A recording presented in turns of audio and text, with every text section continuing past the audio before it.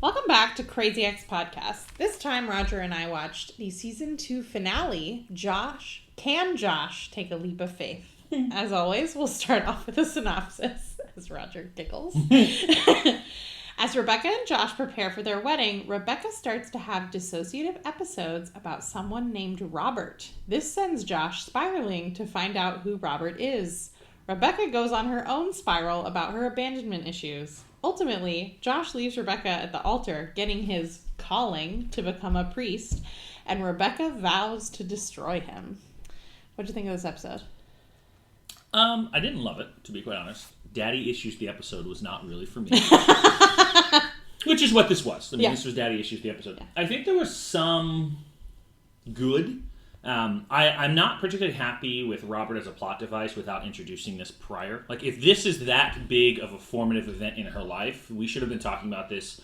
Even if it was mentioned once before, it should have been mentioned 6, 7, 8, 9, a dozen times for this to be that revelatory. I think that we did. Maybe once, but we certainly have not talked about this. Because I remember when I said it and you seemed confused, I was like, maybe I'm just remembering it from later.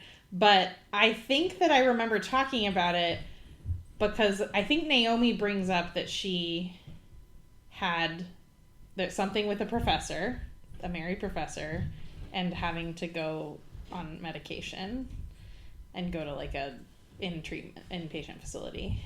I don't ever recall this conversation. The only thing I recall about medicine was the opening episode that talks about, and like, I have no notes that show Professor. I have no notes about Robert. So I don't know. This is the first time we've heard the name Robert, for sure. I don't ever recall anything about her burning a house down. In fact, I never even heard anything about Harvard Law before. I knew that she went to Harvard and then went to Yale Law School, but all of those things were very new information for me, and my notes don't show any of it. I can't imagine I would have put anything down about it. I don't know why. Because I'm not just remembering the information, I remember talking to you about it. I don't know. I don't recall that at the very least. And to me, for that to be that big, that should have been introduced. Like, that's not a thing you throw in at the last moment. And I get that it was like, not a twist, but like a...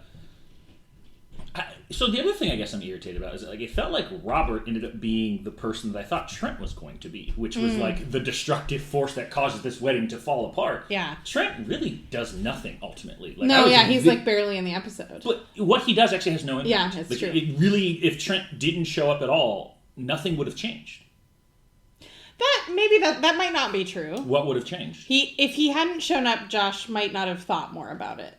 But Josh was already having those doubts, regardless of Trent, and he doesn't read the information that Trent gives him. So I'm not entirely sure. Like, it seems like the conversation with Sarah actually gave him more pause than anything that Trent gave him. Yeah, I mean, the conversation with Father Bra and then the follow-up. Yeah, for sure. Yeah, so like those, and actually I think it was Sarah that was probably the like thing that clicked in his head, and he's like, I'm doing it again. Yeah. And so that felt like, to me, way more of the impetus for Josh to decide that, like, hey, I've got a problem. I do think, I agree, well, clearly I feel like they've talked about this before, but I do agree that building up to this would have maybe added some, although I think that it is important. Rebecca has buried this. She probably never thinks about it. Probably not. Like, I think that's why she was having dissociative episodes, because that's, like, the only way that she would ever deal with the issue. Which, I'm okay with that, but then, I guess... Then I didn't need to see Trent. Mm-hmm. Yeah, 100%. I agree. We could have just done one or the other. I needed him to do something really bananas at the wedding. Yeah, I was looking forward to him doing something bananas at the wedding, and in fact, he doesn't even appear at the wedding. Mm-hmm. So I was disappointed with that. Silas and Rebecca's relationship was not... There was no revelatory moment that felt meaningful or powerful. I think they were going for that at the very end with the, like, she stands up to Daddy, and I was like, that just felt kind of lame. There was a lot of promise, and it delivered, in my opinion, almost nothing other than like one thing that I thought really delivered. I agree that this episode is incredibly awkward. Which is not my style. But about half of it is also really funny, but the other half is not, which is kind of weird. I agree about the moment at the end of her standing up to Silas that didn't feel like land. A payoff. No. Something that I did think was meaningful with Silas when she goes to his hotel room to like profusely apologize to him, all of the experience that we've previously had of Silas is Rebecca or Naomi talking about him, and I think it was important to see how he acts. Like how he's so that acting. moment felt way more powerful and meaningful when she goes to his hotel and like starts apologizing. And we're like, wow, that's really painful. That felt way more of a payoff than actually the ending confrontation where you were just like, meh. I agree. Which was disappointing because, like, to me, it's like they didn't let Silas really be the jerk that he was portrayed to be. Like he's a negligent. Which is funny though. He's being a negligent father by asking his daughter for money for his son's braces. So like. It's not even that bad. Like, he didn't ask for money to start up a business. He asked him for money for his son's braces. Like, and we can certainly argue that he should be providing better for his son, but... Although, I wonder if that's what it's really for. But then you should have shown me that. Yeah. Like, if we have to add in the thing, you didn't do a good enough job of setting him up to be the villain of the story, if we have to infer that maybe he's lying about this. I also think the songs are really lacking. Like, I was surprised that there wasn't, like, a big number at the My end. favorite song was none of them. Yeah. I thought they were both bad. I like the idea of a reprise at the end of a season makes a lot of sense. Like, they drew on a bunch of songs. Like, I totally get that. But I wanted a big... Yeah. And I would have been fine if that was just, the song in the middle of the episode. They needed a number at the end. We're at a wedding. Yeah. We could have done a big musical number with a bunch of people, and we could have transitioned through multiple songs because all of these... We could have hit 4 or 5 songs. Instead, we just get Rebecca singing to herself out looking over a cliff. Like, meh. There was nothing about the wedding that added to that. I was just very disappointed with this episode. Where do you want to start?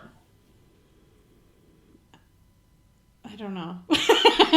Let's start with dislikes. We usually start with likes, so okay. Let's flip it. I feel like a lot of my dislikes are things that I wouldn't necessarily say that like I don't like in the show. I personally did not like them. Or they made me upset. Oh, good, because I have a lot of things I just disliked in the show, so Great. We won't overlap. First dislike for me, Heavy Metal Bride. That was almost funny, but it wasn't actually funny to me. But was worse than Heavy Metal Bride, which I thought was kind of stupid. At the end, they start fussing over like details. I think that was the garter. And the increasing pitch, where I was just like... I mean, they're trying to contrast the Heavy Metal Bride. Yeah, they're trying to contrast like the topic and the type of music that we're using. Yeah, but that was just off. That was nails on a chalkboard level inducing irritation listening to them get so loud that at one point it just felt like they were piercing my eardrums. It was bad. It was not pleasant.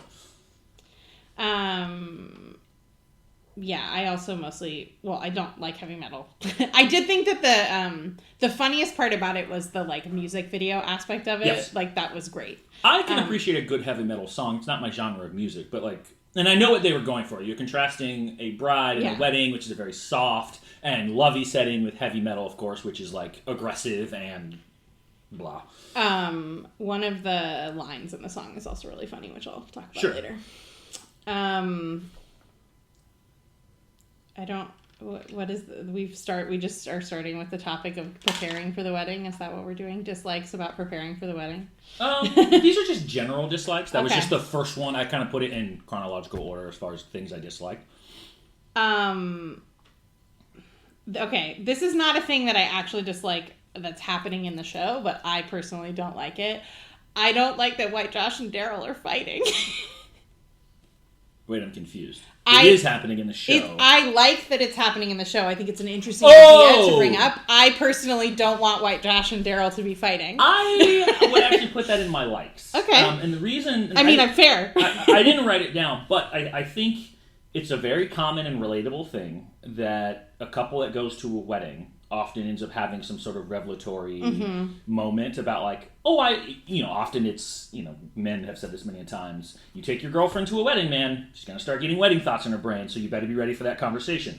Or maybe a couple that's already been married that's like, oh, she wants a baby. So it is that like next step conversation. And White Josh is very casual with his, I do not like the institution of marriage, which is a more common belief I've heard. Certainly growing up, I didn't hear those statements. Maybe people believed they kept it to themselves.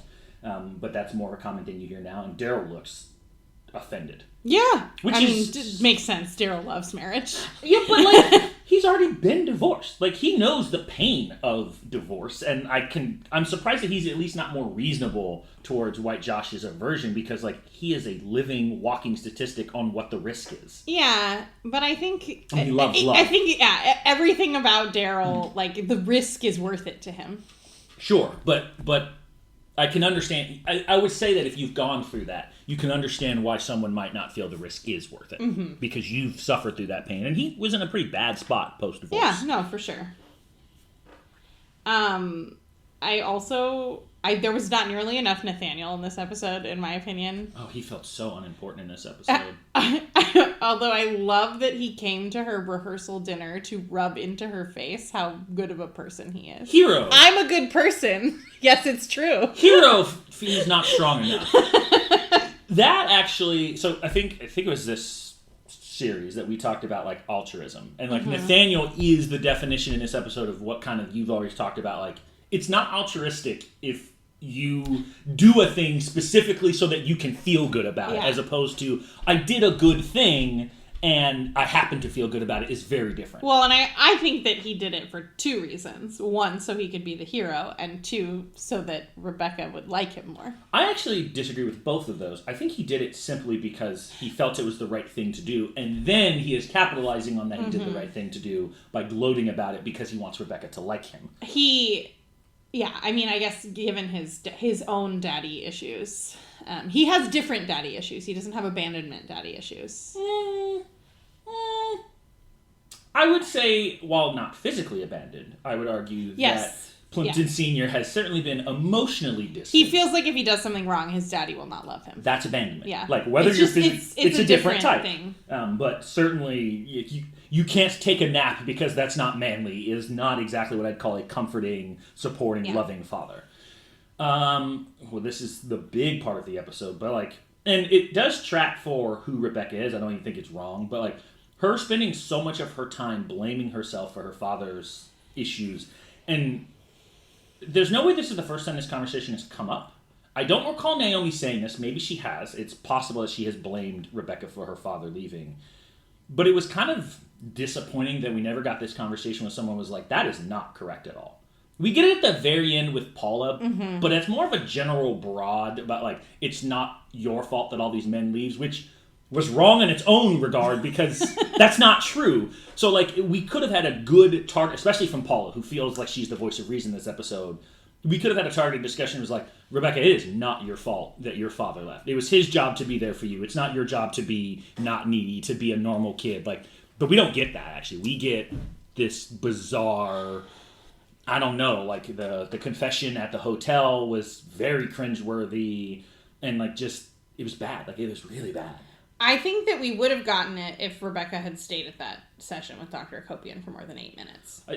Yes, I think Dr. Akopian was, but Dr. Akopian was also trying to address all the larger issues too. Like, I think we would have gotten in like, it's not your fault that Greg left, it's not your fault that Silas left, it's not your fault that Josh eventually leaves, but, like, a discussion specifically about Rebecca and Silas was missed here.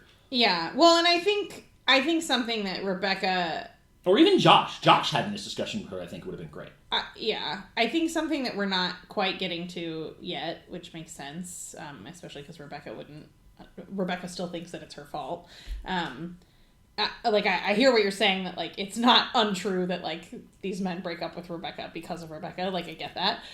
But it's also, it's not Rebecca's fault that, like, Greg moved. Like, it's Rebecca's fault that, it's partially Rebecca's fault that Greg and Rebecca are not together. But, like, Greg's life choices, like, Greg moved for his own reasons. He didn't just leave because of Rebecca. Yeah, but he already left her before he moved cities. Like, he left her. But I think that, like, the extra piece of him moving away is, like, Rebecca would feel that as, like, literal abandonment. Yeah, though she feels abandoned by Josh because he left her and he didn't leave cities. He's leaving her life, essentially. Well, and this Robert fella, like, that seemed wildly inappropriate for a variety of reasons that are mostly on Robert as a professor. Sleeping with a student. It's okay. She dropped out of his class. And he's married. Yeah. Yeah, we'll get to Robert. But Yeah, I think, like, honestly, this was a perfect opportunity for Naomi to have a soul and heart and have a discussion with Rebecca about, like, your father has his own fucked up, has nothing to do with you. But, like, we missed opportunity. Like, when we get to the next episode, Silas could have been the catalyst for, like, a number of people to have a heart-to-heart, and we just throw it away. All for kind of a cringeworthy moment at the end. We don't even get to see him talk to Naomi. Nope. Nothing. Like, we get nothing. Like, how do we not get a Silas-Naomi conversation? Like, I just don't understand what we're doing in this episode. Yeah. You want to do your next one? Yeah, sorry. Sorry if you can hear the annoying dogs barking. You know, luckily, normally when I listen, you can very rarely... You can hear but us... you can hear Jen screaming. Yes, that was funny. I actually feel like most of my other things are... Most of my things are about the abandonment issues. And yeah, her running out of that. Like, she was, again, so close with Dr. Akopian, and then she left. I think she was less close this time than she was last time. I think it was... Like, I think she had an episode, but I don't think she was actually as close as... Because, like, if you think about Dr. Akopian's reaction last time, like, she gets... going crazy. She's like, "Oh my god, we're here. We're right there. We're right there. Stay with me." And then it's a high manic, like, here, and then she gets into it like, no. Whereas, like, this time she's just like, meh. This felt more normal, Rebecca. I guess hearing Dr. Akopian say it so clearly, like, her pursuit of emotionally unavailable men is related to her abandonment issues. Though. Has she? Yeah, she has. All right. Well, I thought it was helpful. Yeah, I mean, it was helpful, but, like, also Rebecca doesn't even hear it. Like, she's just... I think she actually mocks her, oddly enough, when she says it. She's like, well, now you're just copying me. I guess I also... I mean, this totally makes sense for everything that is happening in the episode. But Rebecca and Josh just, like, not being able to be honest with each other or talk to each other about anything is definitely a sign that they should not be married. Well, if you needed yet another sign, that was a perfect one. I think the thing that... I don't know that I agree Josh was not honest with her. Because he does talk about how excited he is about their life together. No, I thought that was really nice. But then when Rebecca calls him Robert, I think is what happens. Like, she has an episode, and then she says something Robert. And he asked her, like, what? And she lied. And she lied, and you're just like...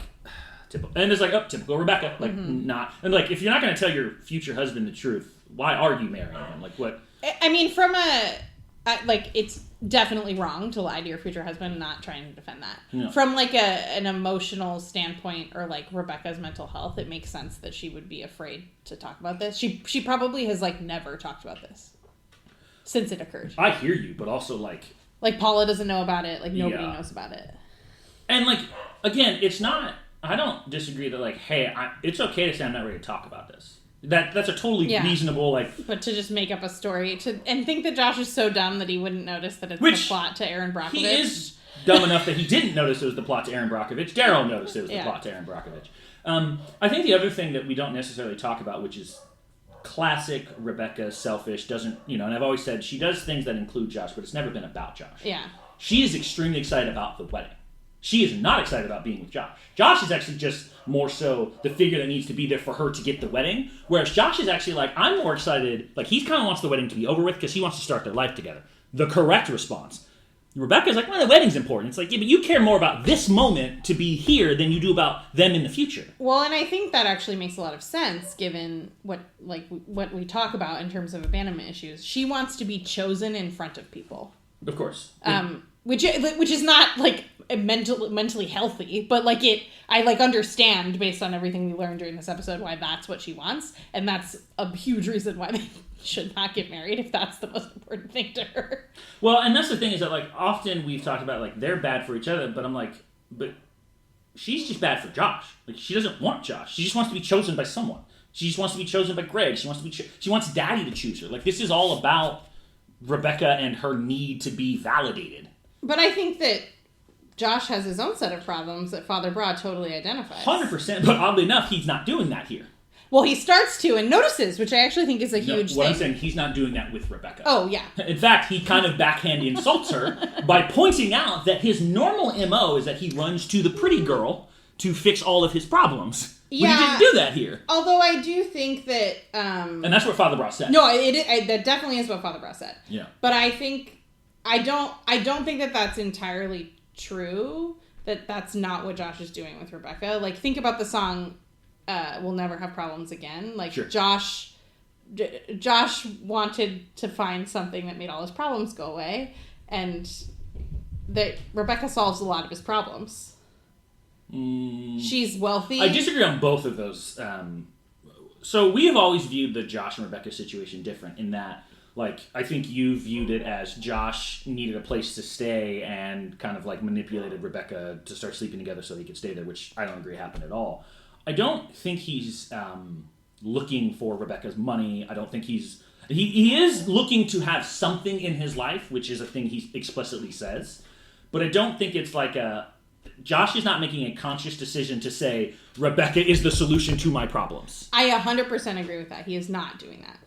I don't think that Rebecca is doing that either. That is literally what Rebecca is always doing. I don't think that she has... I just don't think that she has the self-awareness to be doing that. About the self-awareness that I will be happy if I am married with Josh? The whole premise of the show is that she moved across the country to marry Josh because he would be the solution to all her problems. At the end of the previous season, she says, and you will solve all of my problems. Direct quote. Yes, I understand what you're saying, but I don't think that she's sitting there being like, oh, I want to marry Josh because it will solve all of my abandonment issues and make me feel better as a human being, and I don't care what Josh wants at all. So I don't think there's the level of malice that the end statement implies. I don't think she thinks about Josh at all. Which is different. Like, it's not, I don't give a damn about Josh. It's, this will solve my problem. We know Rebecca is very self-centered, and we know that often when she thinks about things, she's thinking about from her perspective. Josh choosing her in front of everyone will make her happy. That's why she moved up the wedding, right? Because I messed up everything, so as long as we get married quickly, problem solved. Yeah. It's not about, like, it wasn't going to make Josh happy to move it up to 2 weeks. It wasn't going to make anything else, but it was going to make her happy. Because if she doesn't have that, will she be happy if she doesn't have the wedding of her dreams? Also, that venue was fucking nice. I didn't realize it was, like, on the beach. I mean, I had a feeling it was pretty nice. I mean, I saw pictures of the building, and I was like, nice building. But I, like, didn't realize that there was, like, a thing overlooking cliffs. I assumed if you have to pay someone $10,000 to take a venue, you've only done that for something extremely gorgeous. That's true. Yeah, and I think that was kind of like and I think at some level, Josh may have realized that like this wasn't, I mean, none of this wedding was about Josh. It wasn't about what Josh wanted. It wasn't to make, I mean, the fact of the matter is, it is unbelievably disrespectful to have Valencia plan this wedding. Oh, 100%. She's qualified to do it. Cringeworthy, as Mrs. Chan says. Yeah, that's a different reason. That's just a personal dislike of Valencia. Like, it's not okay to have, unless they're on good terms and Josh is okay with it, to not even consult him on that is fucked up. Oh, for sure, sure. But again, that's classic Rebecca. That's not anything that I think either of you are surprised about. So yeah, I don't know that I agree. I agree with half of what you said when it comes to, like, why they shouldn't be married, because Rebecca is bad for Josh. But I also don't... Josh isn't happy either. Agreed, because Rebecca doesn't make him happy at all. Well, but also he doesn't... Like, I just don't... I think that he, like, seeks... It's funny because he says, like, I'm excited to start our life together, because I think Josh is excited to have a life like with a person. Yeah. But I think Josh spends so much time thinking about, like, this makes me happy right now. Sure. I don't think Josh is a long-term planner. Yeah. I also... Josh is... definitely struggling with, like, a purpose. Mm-hmm. And I think part of that was that, like... But I don't... That's actually almost, like, unrelated to Rebecca. He has just been looking for what to do. Grandma's here. So, thus, of course, craziness is happening. Yeah, Josh has been looking for a purpose. And whether he was with Rebecca or not, he was always going to struggle with that. Like, I think that's an independent thing. Rebecca, on the other hand, has been jumping from man to man. Literally from Robert to Josh to... whatever guy she was with in New York that Audra married, to Greg, to Nathaniel. I don't think they were dating. I think they just fucked once in college. Maybe. But yeah, she's always been finished searching for quick, rotten leg.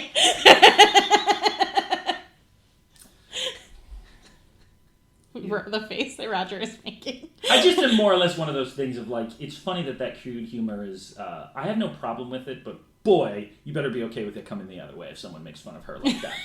And I don't think...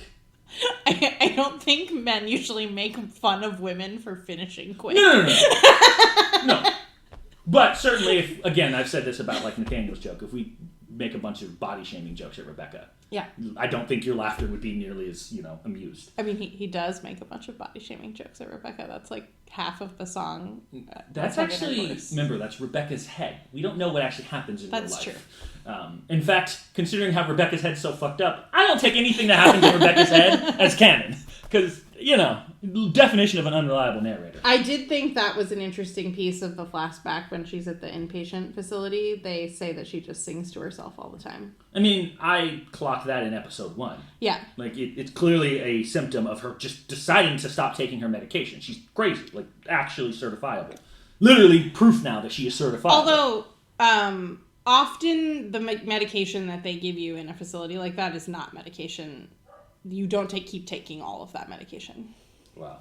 Maybe not that medication, but a doctor prescribed her some medication. Yeah. Also, Naomi being an enabler here is wild. Like, in that flashback scene, she's like, she can't be held responsible for her actions. She's a girl in love. And I'm like, what? And I know it's a play on the song, but like, what the fuck are you talking about? I mean, I think she just didn't want Rebecca to get in trouble. Okay. I don't want my son to get in trouble if he burns a house down, but he did. Like, it wasn't like it was an accident. Like, she intended to do so. Yeah, like, she's crazy. Yeah, and so, like, and I've said this many times, and I'm going to say it again because it is appropriate. Valencia's reaction to Josh has always felt so much more nuanced and appropriate and valid. Yeah. Rebecca's response to Josh leaving her at the wedding is that he needs to be destroyed. Mm-hmm. Because you didn't actually give a shit about Josh. You just wanted the thing that he was going to give you, and the moment he took that away from you, you hate him. I think that... That's what it is. Yeah. I'm nervous about the future of what it looks like to try to destroy Josh Chan. Like, I think that it might be funny for one episode, but then after that it won't be funny anymore. I mean, I don't think it's going to be all that funny, because all we've done is redo the season 1 plot. Yeah. I think, like, I think it could be really interesting to try to watch Paula try to convince Rebecca not to do it. But that's not what we're here. Like, Paula is on board. That's what she says. I think that... Okay. I mean, she does say, I will kill him, I am on board, we will destroy him. Like, now maybe she will change her mind later on, but as of right now, she's completely on board. And that's also a backslide for Paula. Like, that's disappointing to see Paula go down that route. As opposed to, like, I think if it had been Paula deciding to destroy him and then Rebecca talks her out of it, like, yeah, it sucks, but it's the right move ultimately. I think we can get better growth and development from that. But that's probably not what we're getting. What else do you have? I don't have many other dislikes. Okay, let's talk about Silas. So, the asking for money, that's just disappointing. Yeah. Like, buddy, that's... Especially, like, if you really think about it, like, he asked for money for the kid that he actually stayed to take care of from his daughter that he abandoned. That's tough. It's really tough. That's tough. Not surprising. Yeah. But tough. But then, that wasn't by far the worst part. I think the worst part was the hotel thing. And you pointed this out. Where it's like, how are you as a father hearing your daughter apologize for all of these things, and the first words out of your mouth aren't, this is not your fault. Yeah. Like, I just don't understand how you didn't immediately go, yeah, I left, and look, if he wants to dump it all on Naomi, I'd be fine with that. Like, it was me and your mother, I couldn't stand it, she drove me out of the wall, or, like, look, it'd be great if you took personal accountability and responsibility. Silas might not be there yet. That's fine. Blame Naomi. You've got a perfect scapegoat there. But you let her own it for no good reason, and then thank you? Yeah, that was... The hell? And the way that he just tucks the check into his pocket without... Like, the 14 years worth of Father's Day cards is problematic for so many reasons. Like, he didn't say those things, like you said. He also doesn't say, like, well, I didn't send you birthday cards or whatever. Which, again, not expecting that level of accountability from Silas. But also, he doesn't even, like, acknowledge that they exist. He just takes the check. Yeah, so, I mean, it felt very transactional. Yeah. But then... So we get that, and Rebecca learns nothing from it, of course. And very much, kind of, it almost reminded me of We're Never Gonna Have Problems Again. Rebecca starts the episode talking about how, like, it's going to fix our relationship. And Josh himself, I think, says, like, are you sure that, like, this one moment is going to solve all of your long... So, like, Josh seems to be more, or not even emotionally, just more aware of the situation than Rebecca. Like, I don't think we consider Josh to be a Rhodes Scholar here, but he's clearly more mentally solid right now than Rebecca is. And so then, like, I think they were using that moment to try to build up Silas as, like, the jerk so that Rebecca could tell him off later. But then they don't have Silas do, like, anything else. I know. So it like, had Silas... I think even Silas insulting Rebecca and be like, of course you drove another man away. You're crazy like your mother. Okay, that could have been like a quick 1 or 2 lines where it shows what a heartless bastard he is. Or hell, let him say something like, this is why I stayed with the other kid instead of you, because you were always a needy, annoying child. Where you're like, oh wow, you're a bastard. Like, but instead, it's Naomi who says all the awful things. And Naomi and Silas not having a conversation was awful, so like we get nothing of Silas really milking the villain story. So then when Rebecca, and it does feel like transferred anger now. She's mad that Josh left, and she's taking it out on Silas, even though, Silas has caused a lot of this, but like right here, right now in this moment. He didn't cause this situation. He didn't cause this. And you being batshit crazy, I guess you can blame on your dad, but like your mom has a part of this, obviously. You're a part of this. Like Robert, I guess, has a part. Like, so throwing it all on Silas just feels like we're making an excuse of it's daddy's fault that you're a crazy person. I do think that in some ways it feels more real for him not to do that, to not like actively be a villain and say something shitty. Sure. Like he's kind of just a selfish guy. Yeah, he's just selfish. But then you can't do that moment. Yeah. Like you can't do the big... With him leaving, storming out. If you're going to do that, then he's got to be here for you to have... Otherwise, this is big, over-emotional moment with no build-up, and now it just comes off as... So you're just kind of picking on a guy who you don't like. And asking for the plane. Asking for the plane after that. I actually kind of liked that. I mean, I did too, but it's... Like, can you imagine doing that? Yeah, 100%. And even... It's not Nathaniel's plane. He chartered a plane. No, it's his private plane. He has a private plane. How did you miss that? He has a private plane, and he works at a tiny law firm in West Covina, California. He doesn't work at, he owns. Different. Remember, he says, because when Rebecca thanks him, he goes, the private plane's not in use all that much. It's his plane. He didn't charter it. They own it. Jesus. Yeah. I think the audacity to think that Nathaniel was going to... Though, strange enough, in this moment... His point isn't entirely invalid that, like, why should he have to stand there and be insulted? He didn't do anything here. Like, I get it that there's a lot for him to be remorseful for, but in this particular moment, he was there. He was ready to walk her down the aisle. Yeah, he shouldn't have said we should forget everything, but he didn't do anything worth being just ripped apart. Yeah. And Paula and Rebecca start just chewing him out. Now, I guess he does call her crazy, but, like, she is acting crazy. Was that supposed to be a suicide attempt, by the way? It did seem to frame it that way. Yeah, I think at least ideation, if not... The thought crossed her mind when she looks over the rock. I mean, they were worried about her doing that. Yes, because they're telling her step away. Then, she fainted at one point, which could have been just fainted like a fall the wrong way. Backwards, for sure. So, like, I was just very disappointed that Silas moment could have been... And also, I would also argue that moment could have easily been reserved for Naomi. Yeah, agreed. I think that, I guess that we got Paula yelling at Naomi in the last episode, and that's but I'm not talking about Paula yelling at Naomi. You mean Rebecca? I'm talking about Rebecca standing up to her mother. Honestly, I came away from a lot of this episode feeling pity for Josh. And I had a feeling I would based on what has happened, but, like, I didn't feel that same level of... Like, I got some understanding with Rebecca, but it wasn't pity. It was just more or less like, okay, well, this is kind of why you are the way you are. I wonder if you're ever going to be able to fix this. Let's talk about Robert. That's kind of like my last dislike. I already talked about I don't like Robert as a plot device, because we've never talked about this before, or we said it quickly in passing, and for this to be this meaningful... And I get what you're saying about it's a buried kind of, hey, this is an episode that caused her to black out, so she's completely buried it and never talked about it again. Naomi, you should have told Josh about this ahead of time. That's negligence on your part. If you knew about this issue and you never mentioned it to Josh, because he's got to live with that for the rest of his life if he's marrying her. I think that's on Rebecca to tell him. He asked specifically when he to asked, Naomi. For sure, when he asked, yes. Who Robert and then she is. Just lied. And she lies just like... so, fine, if you want to not just bring it up out of nowhere, but at the point in which he's asking that question, he's heard enough, you need to tell him. Yeah, for sure. So that's wrong. And then, of course, mother like daughter, both of them lie about it.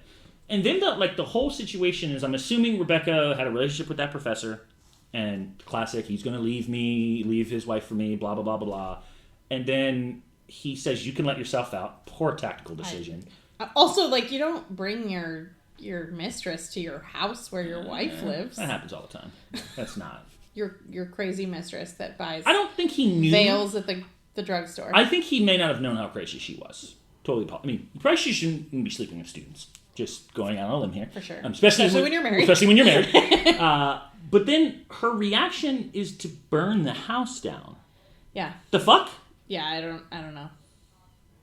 Clearly there's some therapy to be mined in there. Yeah, but that's I've said this kind of at the beginning of the season that okay, so you're clearly a risk to other people. Mm-hmm.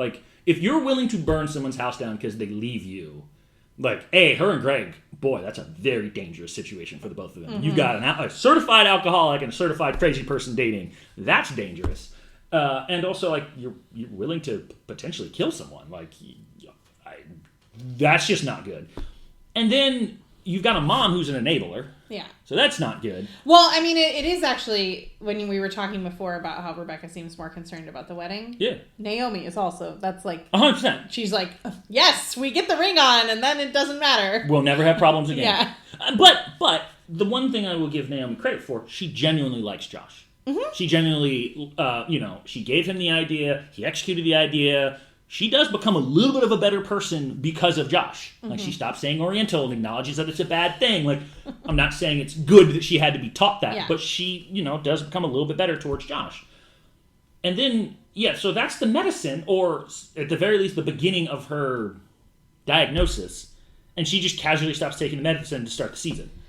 That's not okay. Yeah. And that was... And now there's a more... and she's burned another house down since then. It was 7 years ago? I think they said 7 years ago. Yeah, that makes sense. Okay.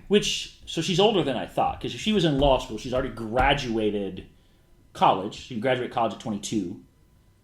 Yeah, and law school's 3 years. So 24, 25, that's 7 years So now. I actually don't think she'd already graduated from undergrad. I think that, because she was at Harvard, and he was her professor at Harvard, and I think...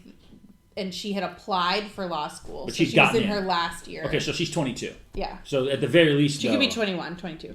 If her birthday's 28, 29. She's close to 30. I thought she was 25. I think we thought she was 26, 27 in the first season, so it makes sense that she's 27 now. But she's not even that, though. She's 30, essentially. She's 29, because at 21, she would be 28 now, and she's probably 22. So it's she's probably 29, 30 years old.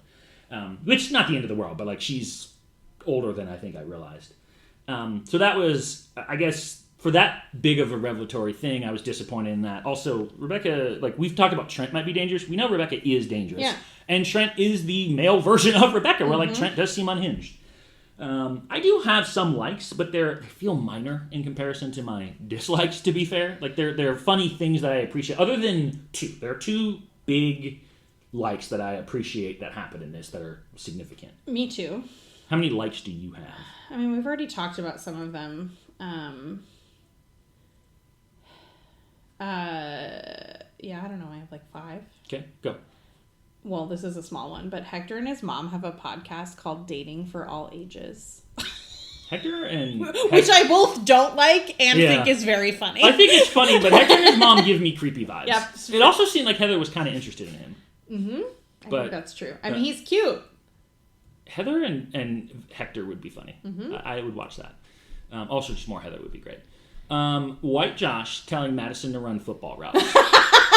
As a football coach and a person who's loved... That was so adorable. The thing that I loved the most about it was he was saying that because he thought that she'd be nervous and she'd just be like, I'm just going to walk down the aisle and throw the things. It's fine. Chill. Also, so in the same way that, how do you look at Josh and think, that man's ready to be a father? I kind of look at White Josh and go, I could see it. Yeah. Like, I'm not saying he's ready maybe right now. Or if he wants that. You know what I'm saying? If he's actually like, and I could see a situation where him and Daryl... He clearly doesn't want to have a baby. Well, that is not a thing you should spring upon a man just out of nowhere. Yeah. You should have a discussion about that first.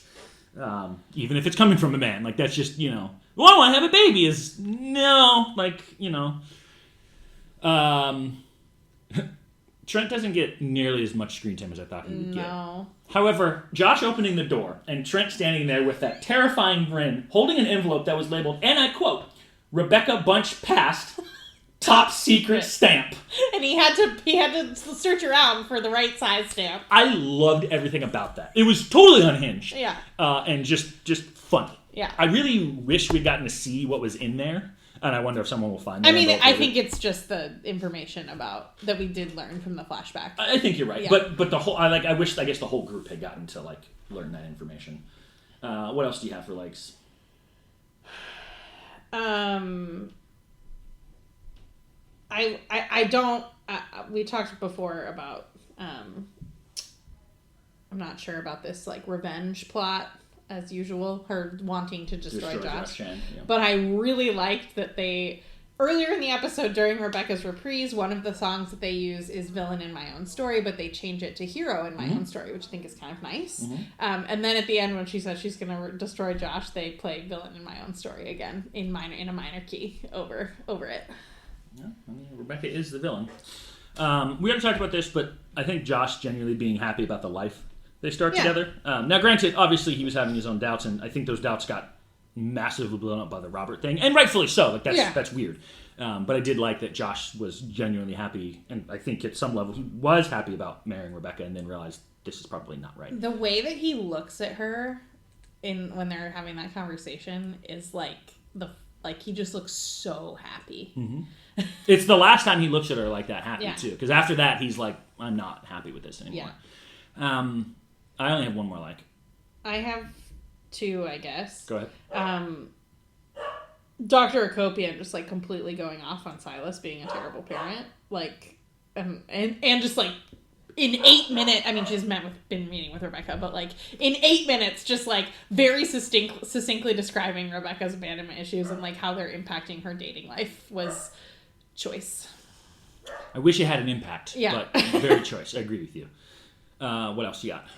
The Father Bra doing the same for Josh. Yeah, that was my last like. And he perfectly diagnoses what he does, which is Anna in a nutshell. Mm-hmm. You have a problem, and instead of dealing with that problem, you run to a pretty girl. Except, in this case, he wasn't doing that. He was actually finding something with the church, and he was actually doing the right things and making himself happy, which I think he is saying that he's not doing that with Rebecca. I don't think he was actually really commenting on her looks, but more so the fact that he didn't just run to Rebecca to try to solve his problems and dive himself in.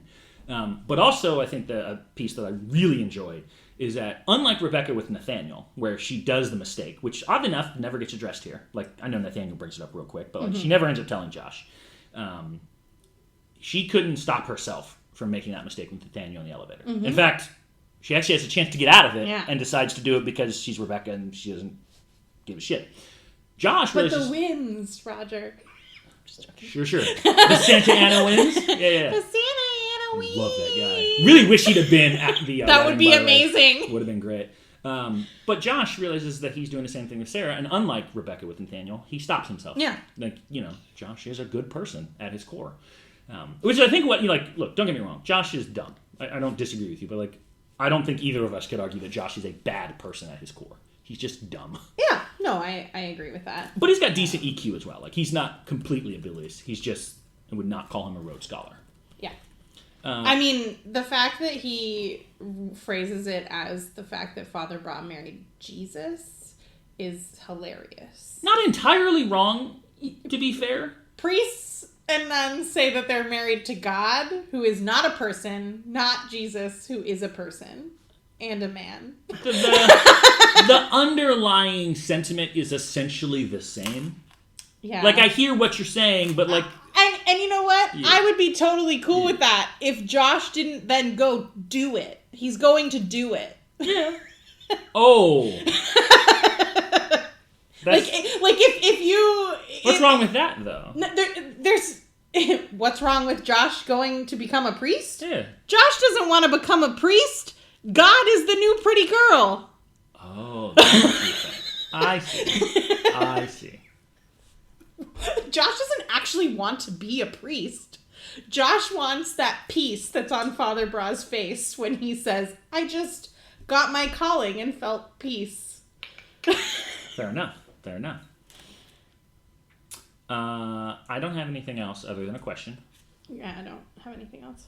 Okay, so we know where most of our characters are going from here. Where does Josh go?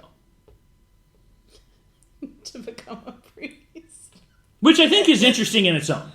You know what's funny, though? Like, I don't know that Josh becoming a priest is a bad thing. Like, he's always enjoyed helping children. He is a genuinely good person. He doesn't want to be a priest.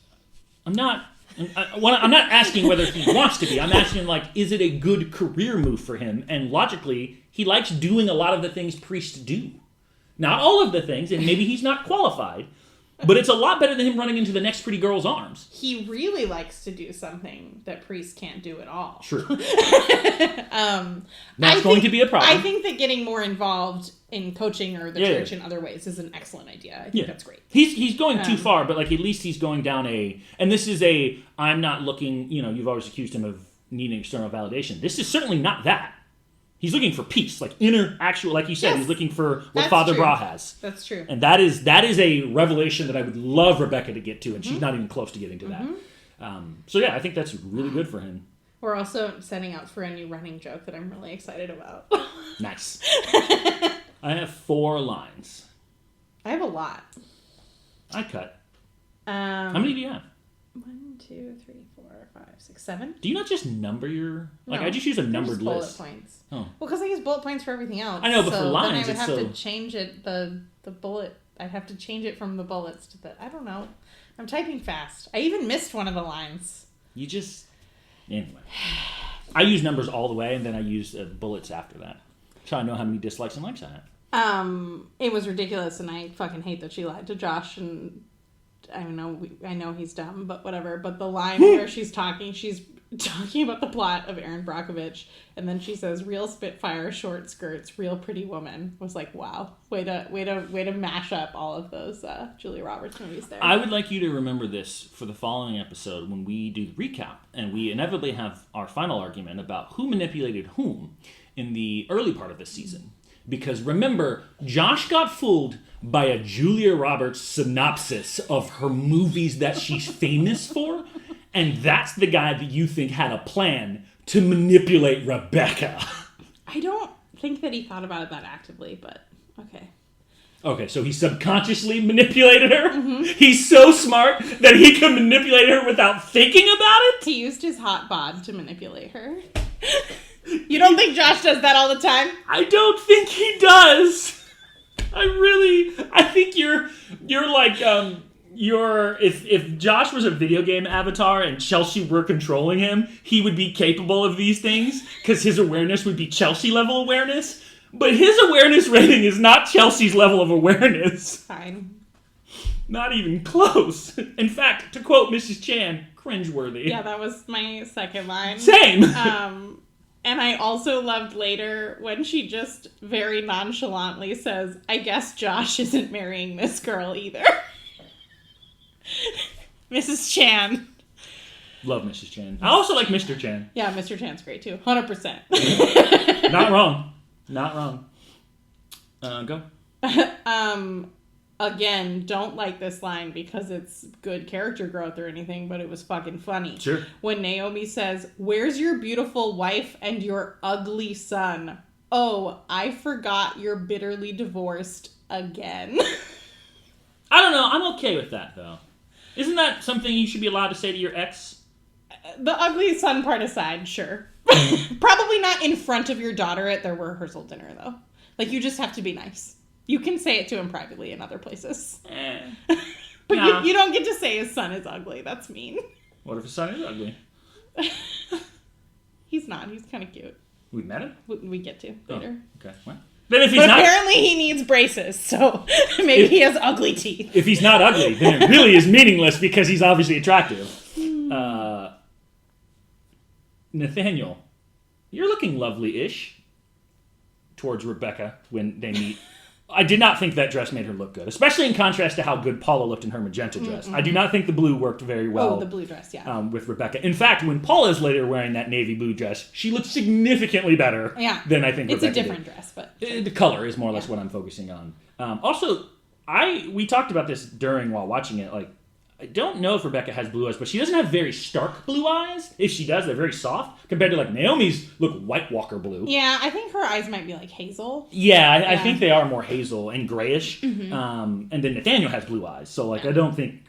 But that did not work for her. Also didn't think the cut of the dress looked very good for her. Go. Sorry, I don't know what words... Wait. I don't know what people know what words. I relate to that on so many different levels. You said irregardless earlier, yeah, so... Yeah. Though I thought that became a word. I don't know. Anything can become a word. Words are things that we make up. Literally now no longer means literally. It's true. Which literally does not make sense.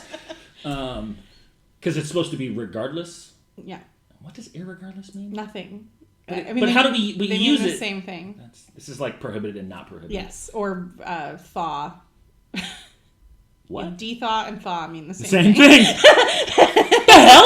I know, right? De-thaw is to freeze, isn't it? But we don't say it We say like de-thaw. that. Yeah, okay. Josh, Sarah, can you just stop being pretty for a second? I'm going to save my last line for the very end. So Okay. Say all yours. I just have one more. Sure. Just like the absurdity of Josh is leaving me to become a priest. You know, I think the fucked up part about that statement, though, is that is such a great insight to how Rebecca views this marriage. Mm-hmm. He's leaving me. Not we're losing our life together. He is abandoning me. There is no better way to describe this relationship than how White Josh says, those are the last two people who should be getting married to anyone. Possibly ever. That was the line that I didn't type fast enough to get. Thank you. I got you. Because it's perfect. Mm-hmm. And he's right. They absolutely have no business. Now, I will say, I believe Josh, in his current state, could marry somebody eventually. Yes. Rebecca needs so much more work that she should not be dating anyone until she fixes all of her issues. We could skip favorite song, I'm assuming. Yeah, I just want to talk about the line that from What a Rush to Be a Bride that I think is so funny. Is that the heavy metal? Yeah. Okay.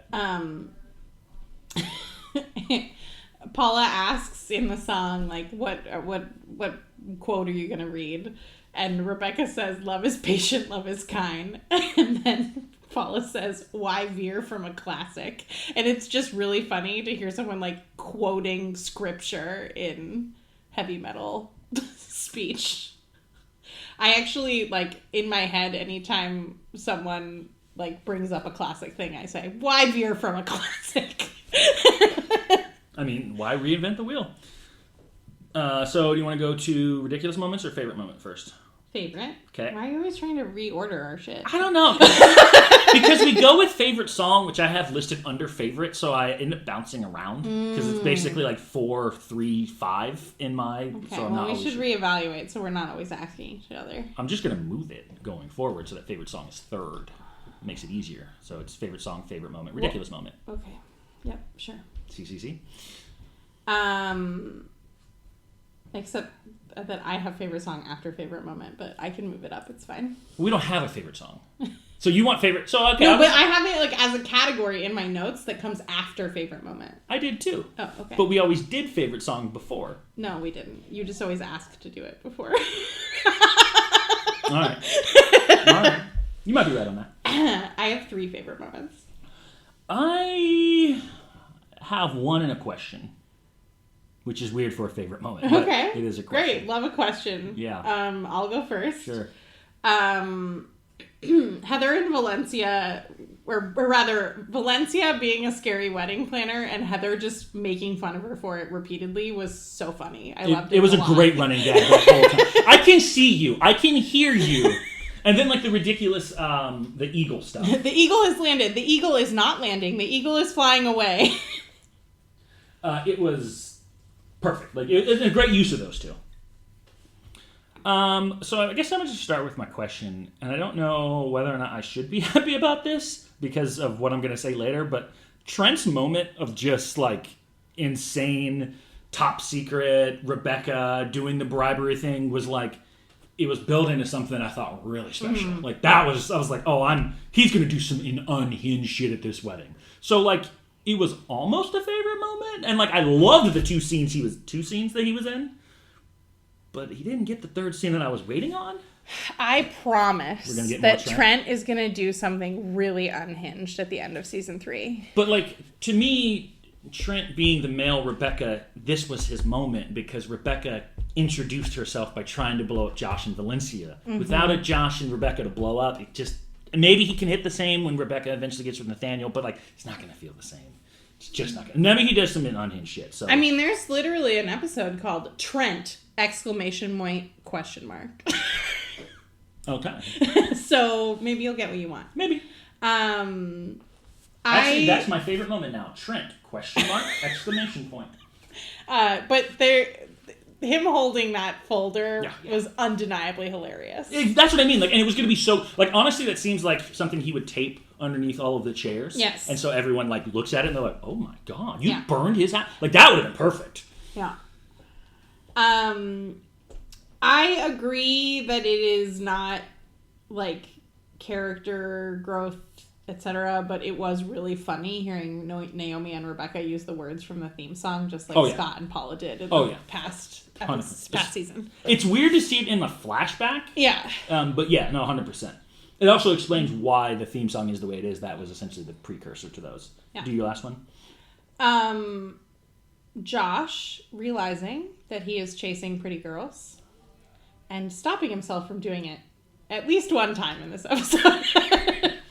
I think you and I just disagree on this one. I think Josh deciding to do what's right for himself at the end is the right call. Now, maybe he doesn't find the answer in being a priest, but he certainly avoided marrying Rebecca, and that itself feels like doing the right thing for himself was good growth. Calling Jesus a pretty girl. I don't even know if that's... God is the pretty girl. No, but he's calling Jesus the pretty girl. I have 3 ridiculous moments, and I could have probably had 15 more. I have 2, but I also probably could add 1,000. Yeah. Go ahead. The reason I had a question about Trent is that, like, Trent doesn't show up at the wedding. I know. I mean, what? He was the, like, teaser at the end of the last episode. He was the cliffhanger. It would not surprise... it would have been very funny if we just, like, got a glimpse of him in the bushes or something. Yes! Like, he's there. He doesn't need to show up if what he already did works. But he needs to be there. Yeah. And he isn't. And that was disappointing. Yeah, I agree. We talked about this in great detail, but Rebecca apologizing to her dad and calling herself a needy kid. Which is true. But, like... But that doesn't matter. It's not Rebecca's place to not be a needy kid. She's a kid. And him just, like, putting the check in his pocket. Thanks. Yeah. It's like giving someone a handshake at the end of a date. Mm-hmm. Just like that. Just like that. Robert has a plot device. I did not... If that's the plot device, then build to it. Don't give me the MacGuffin of, hey, there's this diamond trigger that can destroy the whole city. It will work. And you've never heard about it before. And it's impossible to stop once you start. Once you start, it's impossible to stop unless you have the power of true love. 100%. Any other ridiculous moments for you? Josh running to a pretty new girl, also known as God. Yeah. I figured that would be a ridiculous moment for you. It is one of my favorite moments because I like that he did it. And him throwing the stuff away, I think, was good, too. Yeah. No, I think that was good. Yeah, my most ridiculous moment, though, is Daddy Issues the episode. Good description. Yeah. 3 losers, 2 winners. Same? I guess I have 3 losers, 2 winners, and 1 question mark winner. Okay. Go first. Silas. Obviously. He is a piece of shit. He's just a piece of shit. Though not so much in this episode. Like, he is from what he's done in the past, but in this episode, he's not that bad. Now, he could have been better as a father, but, like, he doesn't do anything overtly awful in this episode. He calls his daughter crazy in front of people, and I recognize that she is being crazy, but like a good parent wouldn't do it that way. Okay. But also, like, people in arguments say things that are mean, especially when you just got attacked. Like, that's not... He also asked his daughter for money from but again, his other child. Not overtly awful, just kind of selfish. He's just a bad human. He's just a bad... He's a selfish person. Yeah. White Josh. Ooh, that's a good one. Yeah. Like, look, he's with someone who clearly wants to be married, or did. Maybe Daryl has switched. And someone who wants a baby, and he looked terrified. Yeah, he's not into that. Yeah, like, if you think about, like, the end of season 1, they looked so happy at that wedding. I know. They don't look that happy at the end of this wedding. I know. Yeah. Who's your second loser? Rebecca. Who's your third? I'm going to say Rebecca till the end. That she didn't... After Daddy Issues the episode, she didn't learn her lesson about the daddy issues. And now her solution is to try to destroy Josh rather than accepting responsibility for anything about their relationship and how she contributed to the problems. AKA Rebecca Bunch. Sure. Yeah. That synopsis right there is exactly why I can't stand her as a person. Because all of those things are true. Like, look, it is not her fault that her dad abandoned her. It is not her fault that she was needy as a child. It's not her fault that her mother was a terrible mother. It is her fault that she burned Robert's house down. Gotta own that. And sure, it's mean that he left her, but you were sleeping with a married man. That also is wrong. You burned his house down, and then you are so... you didn't tell Josh the truth, by the way. Yeah. Like, let's not ignore the fact that you kissed Nathaniel and never revealed that. And when Josh kissed Rebecca, he immediately told Valencia. Mm-hmm. Like, maybe he waits a day or so, but he confesses and says, I'm so sorry, you didn't mean, blah, blah, blah. Whereas, like, she lies and moves the wedding up. Well, and then she lies to him again about Robert. And then she lies about Robert. And then, look, it's totally hurtful. I get being destroyed, that she got left at the altar. But her response is, he must be destroyed. Mm-hmm. Which is like, you are just a terrible person. Like, it's undeniable, in my opinion. She is a terrible person. And that, I think, is the hard part for me sometimes with the show, where it's like, God, you could really make her not so unlikable, and it would be much more enjoyable, I think, at times, where I'm like, I'm happy the bad things happen to you. You're just awful. Like, it's like Naomi. Like, if you replace Rebecca with Naomi and people did bad things to Naomi, I'd be like, good, you racist old bitch. Like, I don't know that I'm going to feel empathy for you. She knows she's not supposed to say Orientals. Now? Great, love it, super. Glad it took you into your 60s or 70s to figure out Oriental's inappropriate. I'm ultimately always disappointed with Rebecca. My third one is Josh. Of course it is. Well, for a variety of reasons. He got lied to in this episode. He did get lied to. He was so happy and then wasn't. Although I think realized that he wasn't actually happy in this episode. Did have a great realization, which is he's my question mark winner. I have him as a winner and a loser potentially. Having that self-realization about, I am really seeking attention from this pretty girl, and stopping himself from doing it. But trying to become a priest, not so good. How much of this is Chelsea just doesn't think anyone should be doing that? I don't think there's anything wrong with Father Bra being a priest. He clearly wanted to be a priest. Yeah, fair. I agreed. I think it's insane to give up your whole life to marry God and never whack off. But that's what I kind of meant. It's even if people were truly in love, you think it's insane for someone to get married 2 weeks in. Yes. There's just a general fundamental disagreement with the concept. But it clearly makes Father Bra happy. Yeah, he looks very at peace with his choice. And I think that Josh is misinterpreting Father Bra's advice. Okay, that's fair. I'll just start with my first one is clearly Josh, and I don't think there's a question mark. I agree with all the things that you said, but I think he is everything that Rebecca is not. He is honest about the flaws that he has. He actually tries to figure out what the problems here had, and he's honest about that he has doubts. Rebecca seems to be in denial about her doubts, whereas Josh is honest about his doubts. And instead of deciding that he's just going to throw himself into a wedding that's not going to make him happy. Now, maybe the priesthood is a mistake. I won't guarantee that that's the right fit. He at least tries something else. Also, I think it's a big step. That, like, I don't believe for a second if you flip the roles and Rebecca had that envelope that she wouldn't have opened it. Oh, she definitely would have. 100%. Paula would have opened it. Valencia would have opened it. Most of them would have opened it. Josh goes, it doesn't matter because it's not about Rebecca. It's about I'm not happy. And he throws the stuff away and he decides to walk into the priesthood and make a decision that is what's right for himself. Unquestionably, he's a winner in this episode. Also, the number one reason why he wins this episode is it did not marry Rebecca. Yeah, I agree with that. That's just a victory. 100%. They should not be married. White Josh said it perfect. Can't say it better. You really can't say it any better than that. Who's your second winner? I have two other winners, actually. Go. Dr. Copian and Father Bra. I think Dr. Copian would be more of a loser than a winner here.